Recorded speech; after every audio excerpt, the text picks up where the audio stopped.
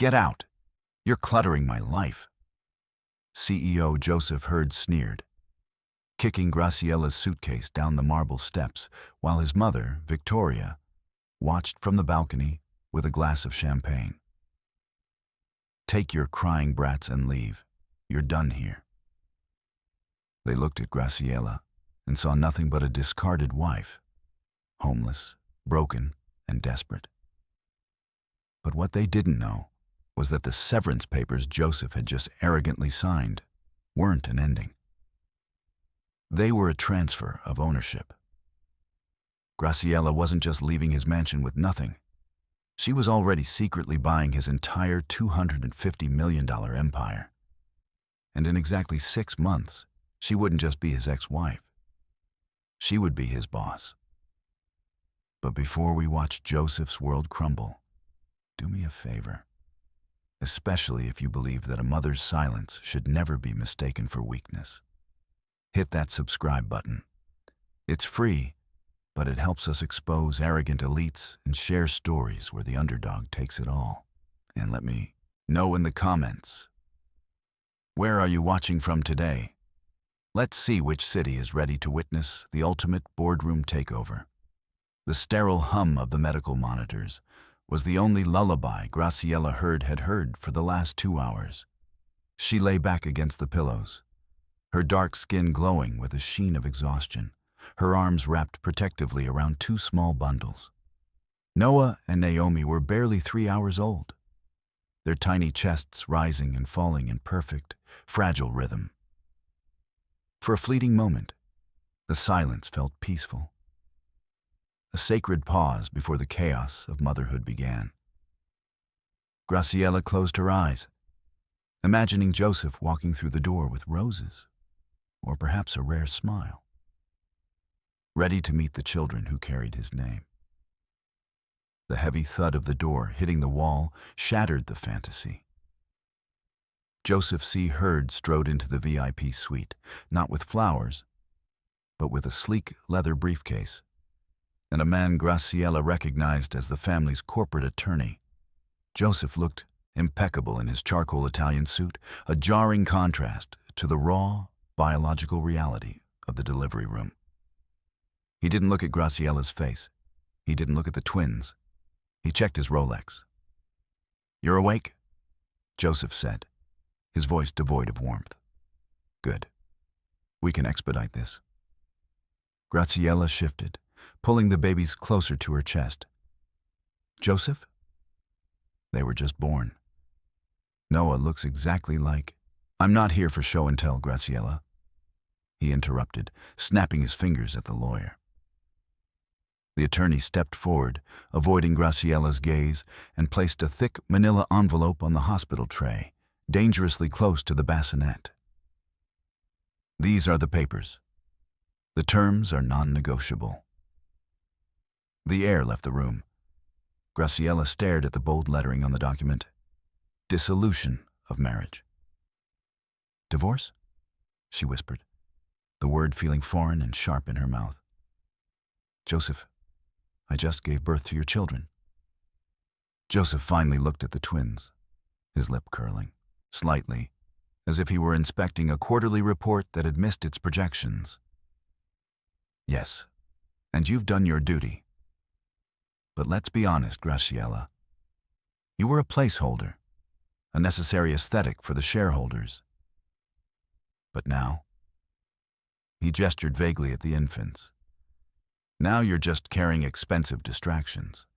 I need to focus on the merger, not diapers and crying." A shadow moved in the hallway window. Graciella looked past Joseph's shoulder and saw her, Chloe St. James. The mistress was leaning against the corridor wall, checking her makeup in a compact mirror, looking bored. She caught Graciella's eye and offered a small, triumphant wave before checking her phone. The cruelty was so absolute, it was almost numbing. Graciella looked from the papers to the man she'd vowed to love. She didn't cry. She didn't beg. A cold clarity settled over her, sharper than the pain of childbirth. She realized then that the man standing before her wasn't a husband. He was a liability. Sign them by morning, Joseph said, turning his back on his family. Chloe has a reservation at Le Coucou at 8, and I don't want to be late. The drive back to the Hurd estate should have been a homecoming, a moment to introduce Noah and Naomi to their nursery. Instead, as the black town car turned through the iron gates, the scene waiting for Graziella looked less like a residence and more like a landfill. Dozens of black heavy-duty trash bags lined the pristine white gravel of the driveway, glistening under the gray, threatening sky. They weren't stacked with care. They were piled like refuse, waiting for collection. Victoria Hurd stood on the covered portico, guarding the entrance like a gargoyle in Chanel. She held a clipboard, ticking off items as two housekeepers nervously hauled another bag out the front door. When Graciela stepped out of the car, shielding the twins from the wind, Victoria didn't offer a greeting. She simply pointed a manicured finger at a bag near Graciela's feet. "We packed the essentials," Victoria announced, her voice carrying over the courtyard. "Cheap clothes, those dreadful paperbacks you read, and the toiletries. Anything bought with family money stays inside. I checked every bag myself. I won't have you pilfering the silver on your way out to the gutter." Graciela tightened her grip on the car seat handles. "Victoria, my jewelry, my grandmother's earrings." "Confiscated," Victoria snapped, marking her clipboard. "Consider it a restocking fee for the inconvenience of your residence here." The heavy oak doors swung open, and Joseph emerged. He didn't look like a new father. He looked like a man clearing out a pest infestation. He stopped on the top step, looking down at Graciela with a sneer that twisted his handsome features into something ugly. The entire household staff, cooks, maids, the gardener, stood silently by the garage, forced to witness the spectacle. "I told you I wanted this done before I got back from the office," Joseph barked. Not at Graciela, but at the head of security. He turned his cold gaze to his wife. "You're still here? You're cluttering my driveway, Graciela. It's pathetic." "Joseph, the children need to vanish so I can get back to work." He cut her off, descending one step. "You wanted to be independent? Here's your chance. No alimony, no access. Just you and your trash." He kicked the nearest bag, the plastic tearing to reveal a worn cotton cardigan spilling onto the wet gravel. The staff looked away, ashamed, but Joseph beamed, empowered by his own cruelty. Graciela looked at the spilled sweater, then up at the man who thought he had just destroyed her. He expected tears. He expected a scene. He expected the begging, broken woman he had married. Instead, Graciela simply nodded. She didn't reach for the bag. She didn't argue about the jewelry. She signaled the driver to load only the diaper bag and the car seats into the waiting taxi she had summoned. As she turned her back on the mansion, hidden from Joseph's view, the corners of her mouth twitched upward. It wasn't a smile of happiness. It was the razor-sharp smile of a predator who had just watched her prey walk willingly into a trap. They thought they were taking everything from her, unaware that she had already signed the paperwork to take everything from them. Joseph and Victoria Hurd believed the world worked in simple binaries. There were the rulers, and there were the ruled. They saw Graciela as a quiet, decorative object they had acquired and discarded. They had never bothered to ask what she did before she became Mrs. Hurd, or why a woman with a master's degree in quantitative finance would settle for arranging flowers. It was their fatal error. 3 years earlier, before the wedding ring ever touched her finger, Graciela had been a senior analyst at Blackwood Capital. known for spotting cracks in corporate foundations that no one else could see. She had married Joseph for love, but when the insults began, the trophy wife comments, the blatant disrespect, she stopped being a wife and went back to being an analyst. Every time Joseph stumbled home drunk at 3 a.m., bragging about creative accounting, Graciela was awake, taking notes. Every time Victoria mocked her silence at dinner parties, Graciela was mentally calculating the family's liquidity ratios. The taxi didn't take her to a shelter. It wound through the city streets, climbing higher until it stopped in front of the Obsidian Tower, the city's most exclusive residential high-rise. The doorman rushed out, not with pity, but with recognition. "Welcome back, Ms. Hurd. Mr. Grant is waiting upstairs?" The elevator doors opened directly into the penthouse, a sprawling sanctuary of glass and steel that overlooked the entire skyline, including, in the distance, the minuscule speck of the Hurd estate. Elijah Grant stood by the floor-to-ceiling window, tablet in his hand. He was the only person in the world who knew Graciela wasn't a victim. "They threw you out?" Elijah asked, his voice low and steady. "Like garbage," Graciela replied, unbuckling Noah from his car seat. She walked past a wall of monitors displaying real-time stock tickers. One symbol was highlighted in red. Hurd Global. Elijah tapped the screen. "While Joseph was busy evicting you, the shell company acquired another 12% of the distressed bonds. We now hold the majority of his short-term debt. If he misses one payment, we own the collateral." Graciela settled Naomi into a custom-designed bassinet that cost more than Joseph's car. She walked to the window, looking down at the city lights. Joseph thought she was shivering in a motel room right now, counting pennies for formula. He imagined her broken. He had no idea that while he was buying mistresses and champagne, she had been buying his liabilities. "He thinks I'm destitute, Elijah," Graciela said softly, her reflection in the glass superimposed over the city. "Let him enjoy his victory lap. Let him spend. Let him think he's untouchable." She turned back to the screens, her eyes cold and precise.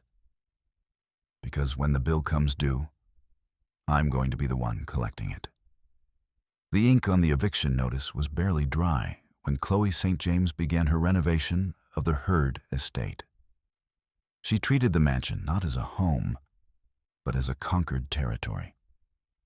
Graciela's muted, elegant decor was stripped away, replaced by garish gold leaf mirrors, leopard print upholstery, and avant-garde sculptures that looked more like industrial accidents than art.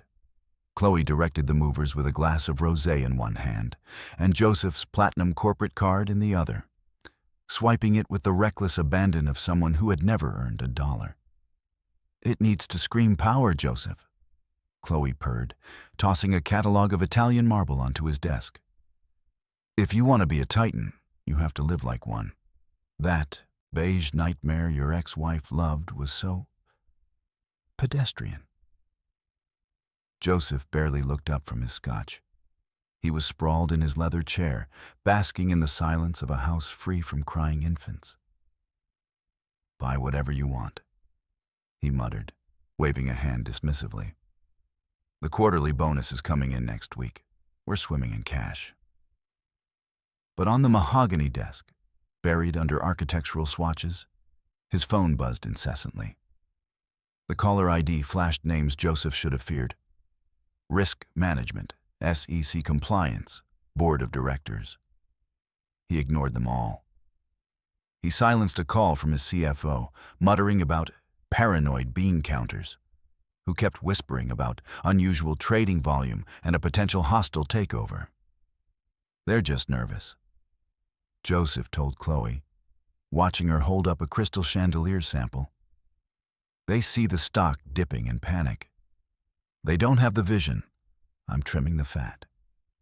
Getting rid of Graciela was the first step in streamlining my life. She hasn't even called to beg for money yet? Chloe asked, dropping onto the edge of the desk and tracing his jawline. I expected her to be clawing at the gates by now.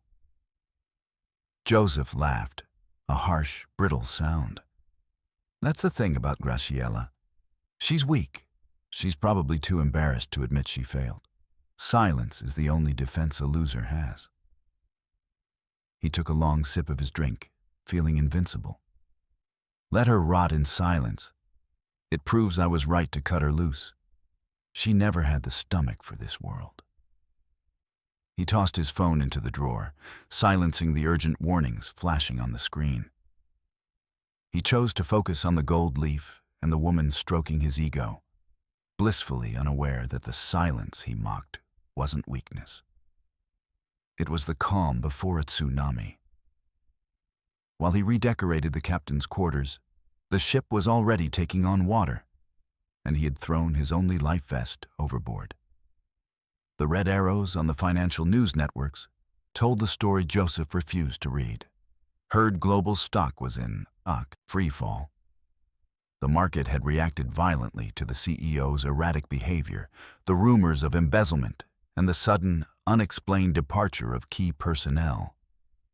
Shareholders were panicking. The board was demanding answers.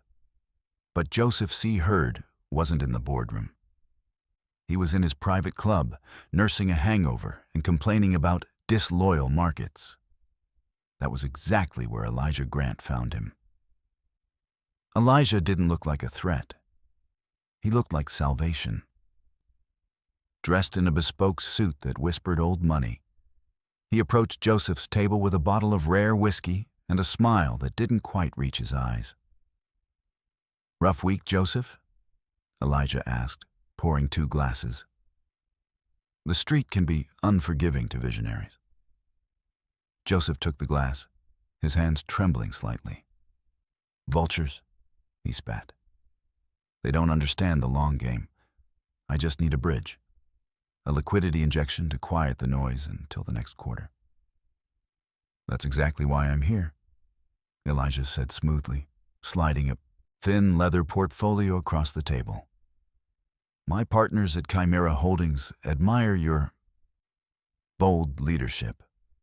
We're willing to offer a capital infusion, $50 million, immediate transfer, enough to stabilize the stock and silence the board." Joseph's eyes lit up. He saw the lifeline but missed the noose. $50 million? What's the catch? "Standard terms." Elijah shrugged, dismissive. "We take a non-voting equity position. We just want to see the company thrive under your direction." It was a lie so perfectly tailored to Joseph's ego that he swallowed it whole. He didn't ask who was behind Chimera Holdings. He didn't ask why a stranger was offering him a fortune. He barely glanced at the documents. If he had read page 42, paragraph 3, he would have seen the clause. In the event of stock value dropping below $12, Chimera Holdings assumes full voting rights and majority control. The stock was currently trading at €12.50. "Where do I sign?" Joseph asked, pulling out his Mont Blanc pen. Elijah pointed to the line, his pulse steady. Joseph hesitated for a second, but Elijah checked his watch. "Offer expires when I leave this table, Joseph." Desperate, Joseph scribbled his signature with a flourish, the scratch of the nib sealing his fate. He handed the portfolio back, grinning like a man who had just won the lottery. "You're a lifesaver, Grant," Joseph said, raising his glass. "To partnership." "To partnership," Elijah echoed, his voice devoid of emotion. He watched Joseph drink, knowing that the man had just signed away his legacy to the wife he discarded. The ink was the weapon, and Joseph had just pulled the trigger on himself. The invitation called it the Hurd Global Renaissance Gala. But everyone in the room knew what it really was: Joseph's victory lap. The grand ballroom of the city's most expensive hotel was transformed into a shrine to his ego. Ice sculptures of the company logo melted slowly under the heat of 1,000 spotlights. Champagne flowed like water. The city's elite, sensing fresh money, flocked to the open bar, unaware they were drinking on a credit card that was about to be declined. Joseph stood at the center of it all. Chloe St. James draped on his arm in a dress that cost more than a small house. He looked triumphant, high on the adrenaline of the bailout money he thought had saved him. The press snapped photos as he laughed, unaware that the flashes were documenting his final moments of relevance. At the podium, Victoria Hurd tapped the microphone, her diamonds catching the light. The room quieted. She looked out at the crowd with the smug satisfaction of a queen who had just beheaded a rival. "Tonight is about new beginnings," Victoria announced, her voice dripping with condescension. "We have finally shed the weight that was holding this family back. We have cleansed the Hurd line of unfortunate mistakes. We have returned to purity, to strength, to people who truly belong in this world." The crowd applauded politely, though a few exchanged uncomfortable glances at the thinly veiled reference to Graziella and the twins. Joseph raised his glass to his mother, beaming. "To purity," he shouted, his face flushed. Miles away, in the cool silence of the Obsidian Tower penthouse, the scene played out in high definition on a wall-sized screen. Graciela sat on a white leather sofa, nursing Noah while Elijah stood behind her, monitoring a laptop. The glow of the gala filled the room, casting dancing shadows on Graciela's face. "Cleanse the line," Graciela repeated softly, the words hanging in the air. She looked down at her son, then at the screen where Victoria was now laughing with the senator. "She calls my children mistakes." "The stock just hit $11.90 in after-hours trading," Elijah said, his voice cutting through the anger. "The trigger clause is active. You are officially the majority owner of Hurd Global." Graciela handed the sleeping baby to the night nanny and stood up. She smoothed the skirt of her white suit, sharp, tailored, immaculate. It was the color of a bride, but cut like armor. "I'm almost at the venue," she said into her phone. "Good," Elijah replied through the speaker. "Security is distracted. It's time." Graciela walked to the screen, watching Joseph toast his own reflection. She didn't look angry anymore. She looked inevitable. "He wanted a show," she said, turning off the feed. "Let's go give him the finale." The gala was reaching its crescendo. Joseph had taken the microphone again, tipsy on power and Pinot Noir, launching into a toast about his own genius. "They said I couldn't do it alone," he slurred slightly, gesturing to the room. "But look at us. No dead weight, just vision." The heavy double doors at the back of the ballroom didn't just open.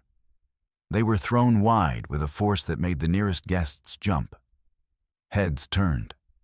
The murmuring stopped. Graciela Hurd stood in the entryway. She wasn't wearing the sensible knits Joseph had forced her into, or the rags Victoria had sent her away with.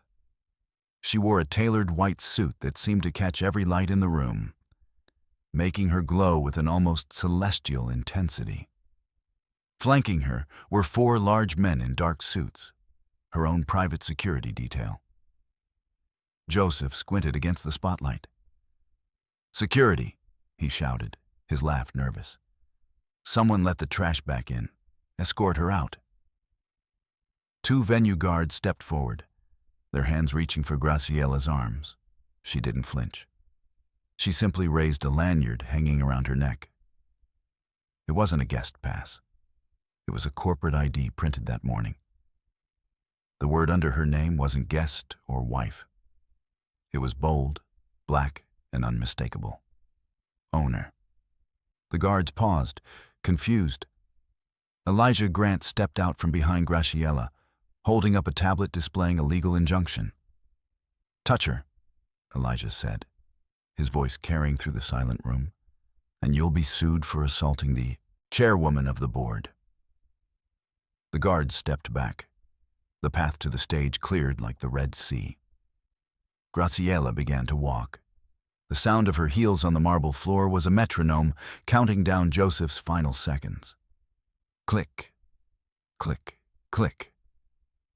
The press, sensing blood in the water, swung their cameras away from Joseph and focused entirely on the woman walking toward him. Flashbulbs erupted, blinding and chaotic. Victoria Hurd dropped her champagne glass. It shattered, a sharp exclamation point in the silence. "You have no business here," she shrieked, her composure cracking. "Get out!" Graciela ignored her. She walked up the stairs to the stage, her eyes locked on Joseph. He looked small now, the microphone trembling in his hand. The arrogance was draining out of him, replaced by a dawning, terrifying realization. She stopped inches from him. She reached out and plucked the microphone from his hand. He didn't fight her. He was paralyzed. "You're right, Joseph," Graciela said, her voice amplified, crystal clear and steady as steel. "You couldn't do it alone. In fact, you couldn't do it at all." She turned to the crowd, to the cameras, to the world. "I believe you were toasting to new management. Let's make it official." The giant screen behind the stage, which had been displaying a loop of Joseph's smiling face, flickered and went black. A second later, it illuminated with a dense, complex spreadsheet. The audience squinted. To the uninitiated, it looked like math. To the investors in the room, it looked like an autopsy. "Ladies and gentlemen," Graciela began, pacing the stage like a professor in a lecture hall. "What you are looking at is the true state of Hurd Global. While Joseph was buying champagne, he was also leveraging the company's assets to fund his lifestyle." She clicked a remote. The screen changed to a series of bank transfers. $3 million to an offshore account in the Caymans. $2 million for consulting fees paid to a shell company registered to... She pointed the remote at the front row. "Miss Chloe St. James." The room gasped. Chloe, who had been trying to slink away, froze. The cameras swung to her. I didn't, Chloe stammered. "You're fired," Graciela said, her voice cutting through Chloe's defense like a guillotine. "And since you were never legally an employee, you'll be hearing from my lawyers about repayment of stolen funds. Expect the subpoena by morning." Joseph finally found his voice. He lunged toward Graciela, his face purple with rage. "You can't do this. I own this company. I am Hurd Global."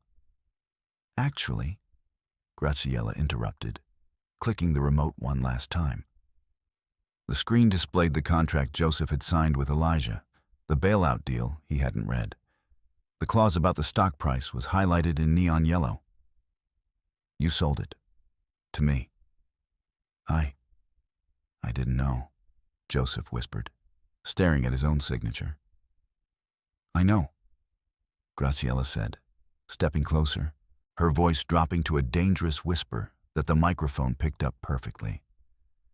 "You didn't know because you were too busy kicking your wife and newborn children into the street to read the fine print. You bought your freedom with your company, Joseph. And I bought your company with your arrogance." She turned back to the crowd. "As the new majority shareholder, I am exercising my right to restructure leadership effective immediately."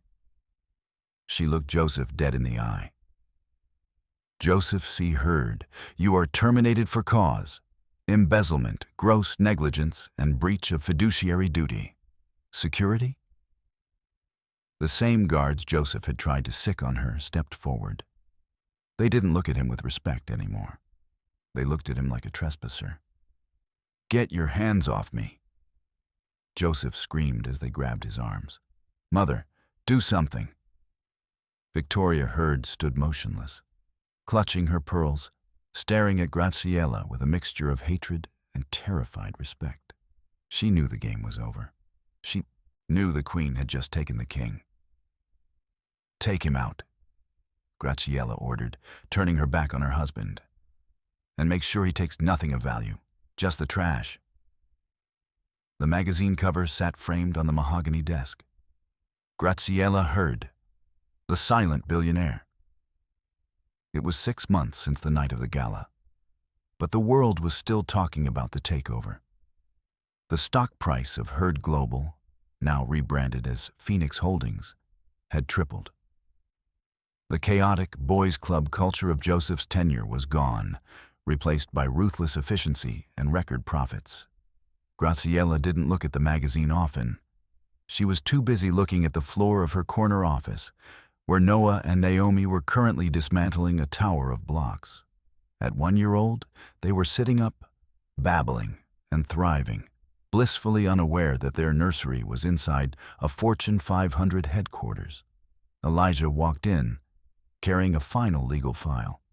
"The judge dismissed Joseph's last appeal this morning," he said, setting the care folder down. "It's over, Graziella. He's out of options." Graziella picked up the file. Inside was a photo taken by a private investigator. It showed Joseph leaving a mid-tier accounting firm in a wrinkled suit, looking 10 years older, carrying a sandwich bag. He wasn't a CEO anymore. He was just another middle manager trying to survive in a city that had forgotten him. "And Victoria?" Graziella asked. "The condo in Florida is cozy," Elijah smirked. 1,200 square feet, no guest house, no staff. She's learning to use a washing machine. Graziella closed the file. There was no joy in the destruction, only the quiet satisfaction of balance restored. She walked to the window, the same view she had looked at from the penthouse when she was homeless. But now she owned the building. She picked up Naomi, balancing the baby on her hip, while Noah tugged at her pant leg. She looked out at the city that had once tried to crush her. They thought power was shouting. Graziella whispered to her daughter, kissing her soft cheek. They thought worth was a title or a bank account. They didn't know that real power is what you can build when everyone else has left you for dead. She turned back to the room, to the empire she had built not for ego, but for survival. Joseph had a net worth of millions, and he was worthless, she said, more to herself than anyone else. "I walked out of here with nothing but you two, and I was the richest woman in the world." She sat back in the CEO's chair, her chair, and watched her children play. The silence in the room wasn't empty anymore. It was full. It was peaceful. It was hers. "Be the calm water," she whispered, a promise to the next generation. "But never be afraid to be the storm."